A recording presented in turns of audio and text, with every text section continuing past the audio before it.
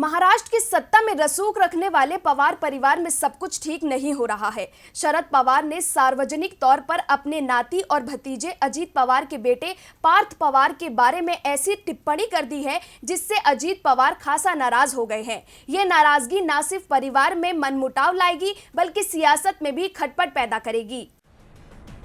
शरद पवार और उनके भतीजे अजीत पवार भले ही आपस में अच्छे रिश्तों का दावा करते हों, लेकिन सियासत ऐसी चीज है जिसकी वजह से दूरियां आ ही जाती हैं। जब से एनसीपी प्रमुख ने अपनी बेटी सुप्रिया सुले को ज्यादा तवज्जो देने की कोशिश की है, तब से चाचा भतीजे के रिश्ते में खटास आ गई है। हालांकि सार्वजनिक तौर पर दोनों ने एक दूसरे के खिलाफ कभी कुछ नहीं कहा, लेकिन अब शरद पवार ने सार्वजनिक तौर पर अपनी नाती और भतीजे अजीत पवार के बेटे पार्थ पवार के बारे में टिप्पणी कर तकरार को सबके सामने ला दिया है। शरद पवार ने सबके सामने पार्थ को अपरिपक्व बता दिया है। कहा जा रहा है कि पवार के बयान से सिर्फ पार्थ पवार ही नहीं बल्कि उनके पिता अजीत पवार भी नाराज हैं। सियासी गलियारों में चर्चा है कि अजीत पवार इस बयान को लेकर शरद पवार से मुलाकात करना चाहते हैं, लेकिन बातचीत हो नहीं पा रही है। लेकिन अब परिवार के मुखिया शरद पवार की बेरुखी से आहत पार्थ पर मरहम लगाने की जिम्मेदारी सुप्रिया सुले ने उठा ली है।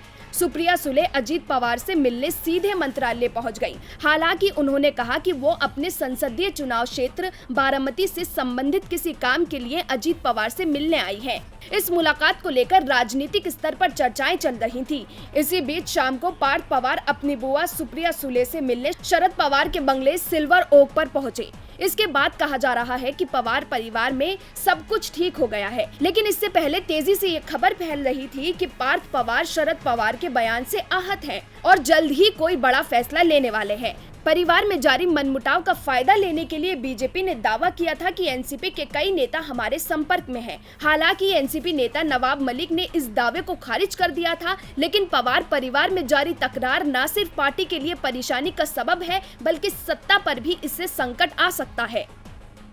डीबी लाइव की रिपोर्ट।